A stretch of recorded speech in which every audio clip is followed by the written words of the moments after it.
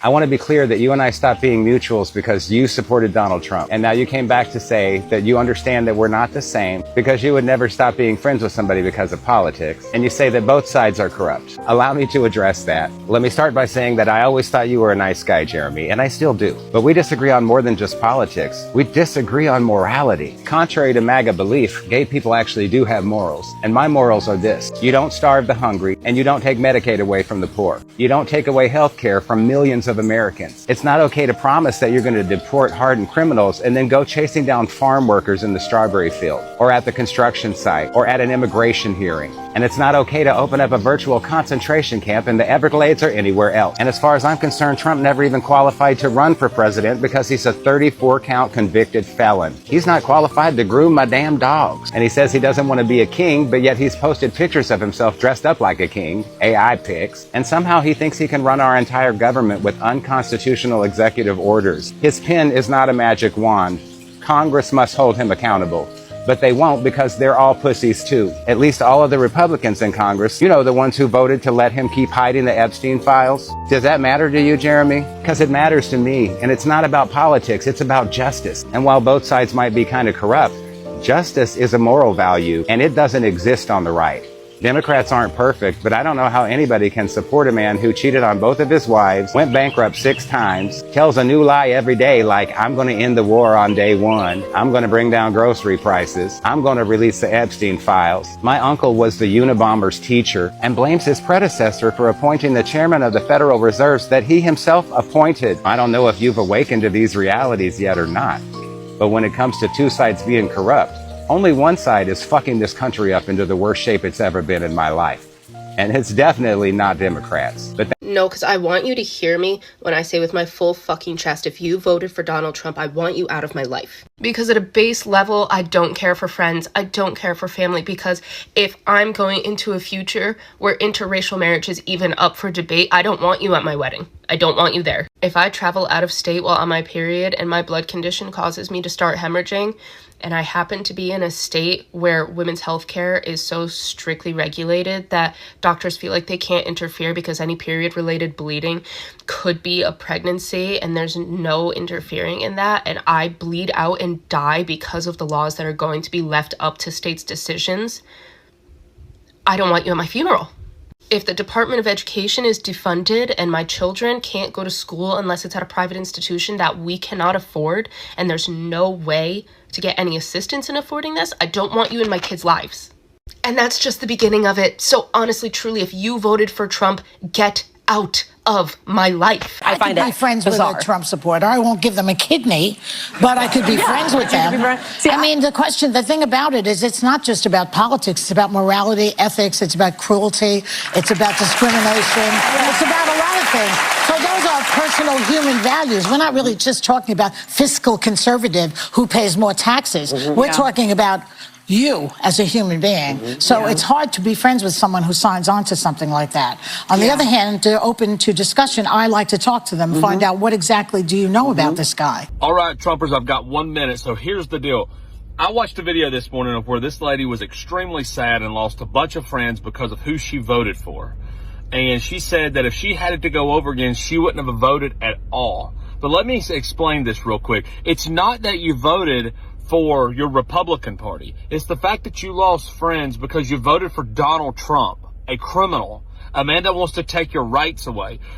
George W. Bush didn't want to take women's rights away. He didn't want to get rid of the LGBTQ community. He didn't want to go and start a bunch of nonsense. He didn't want the government to be shut down. It's the fact that you voted for Donald Trump is why I stopped talking to people.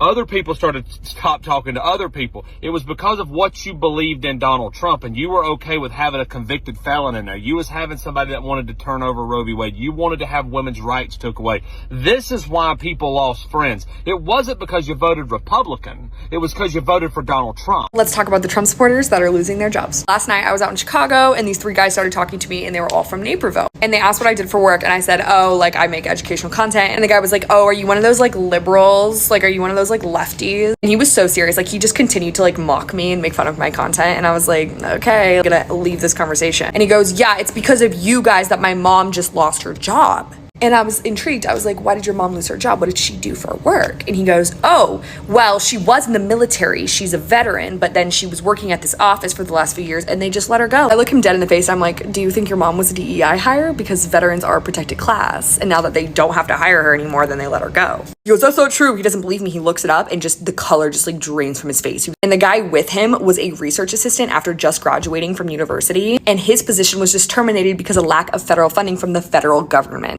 which is thanks to fucking Trump. So newsflash, DEI doesn't just mean black people. So in fact, what's happening on a federal level is going to affect you too. You aren't special just because you're white. Karma's getting them. What happens when politics stop being just politics and start costing people their closest relationships? Across America, some families, friendships, and even marriages are breaking apart over political beliefs. For many, this is no longer about party loyalty. It's about values, trust, and the real-life consequences of political choices. Let's watch more clips and we come back to talk about it. But you people have no idea how lucky you are. When I'm gone, you're all going to be broke. Your business model is going to be finished. No, it's true. When I'm not around, you're going to be broke. There's not going to be anybody to report on. Nobody gives a damn about anybody else. Just listen to some of his biggest supporters, both then and now. Listen to what they have to say now. I want to say, what is happening to the man that I supported, you supported? And I will tell you right now, I do not recognize our president. Look, I have not exactly found the correct words to communicate how I feel about President Donald Trump. I sort of ignore the topic of his existence altogether. It just seems so insane based on what he ran on. I mean, this is why a lot of people feel betrayed, right? You buried the Epstein files. There is no border wall. You didn't deliver on mass deportations. You cut corporate tax rates for the rich by cutting Medicaid again. No infrastructure bill, no middle class tax cuts. You gotta refund the tariffs, and now we're in a regime change war with Iran. That's the breaking point. I'm out. It's funny because they keep saying they don't recognize this man. This is not the president. Who else recognizes him exactly how he is? Who else is not surprised that any of this shit is happening?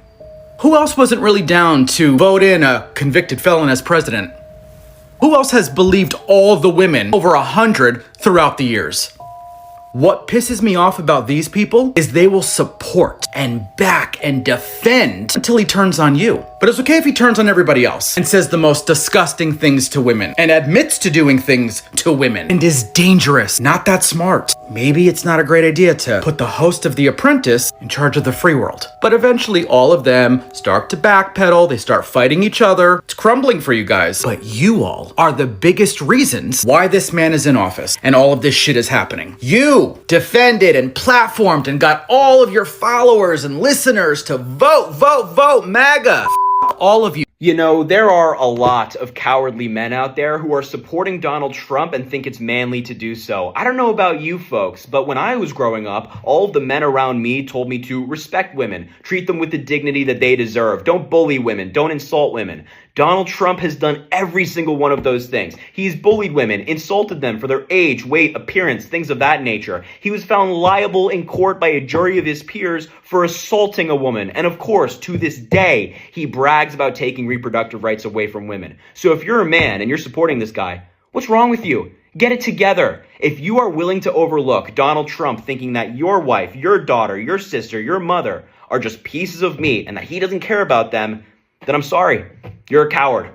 Now take your Monster Energy drinks, your lifted truck, and get the hell out. Having a conversation the other day about the results of the election with a friend, and we were talking about whether people vote out of love and hope versus anger and fear, and I think specifically Trump voters. Like, were they voting for him because they actually believed him, they believed the lies that he was telling them, or they were doing it as a gotcha to Democrats, to Biden, to Harris, to these libs? My friend came up with the point talking about how, like, when parents spank their children, they say that it's for discipline, they say that it's to teach their kids a lesson, they say that it's just parenting. But we all know that it's because the parents are unable to articulate and have the emotional intelligence to actually parent the child, and they just take out their emotions on said child. They compare it to the Trump voter. I think the typical Trump voter does not follow policy, does not follow the presidency, does not follow the historical context, does not have the education to understand why Trump himself is not a good candidate and why what he will implement is not going to be good for them specifically. But they love the joke of it all. They love the gotcha. They love the, like, oh, owning the libs.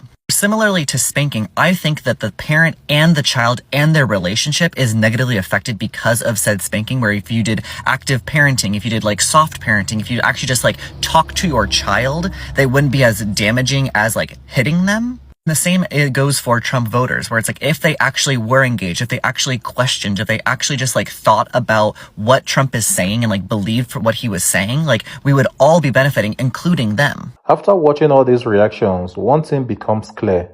This conversation is much bigger than one election or one political party. Across the country, some people say they are distancing themselves from friends and families because they believe political decisions reflect deeper values about issues like immigration, healthcare, civil rights, or the economy. Others argue that cutting off loved ones only deepens the division and makes it harder to understand each other. The reality is that political polarization in America has been growing for years. Surveys have found that many Americans increasingly see supporters of the opposing party not just as political opponents, but as people with fundamentally different values. That shift has made disagreement feel deeply personal. Whether you agree with those decisions or not, it's clear that many relationships are being tested in ways they were not a generation ago. The bigger question is this: can a country remain united when families can't even sit at the same dinner table without politics becoming an argument? So is protecting your peace more important than preserving every relationship? Or should family and friendship come before politics, no matter who someone voted for? Share your thoughts on the comment respectfully, and before you go, do well to like and subscribe to my channel. I'll see you in the next.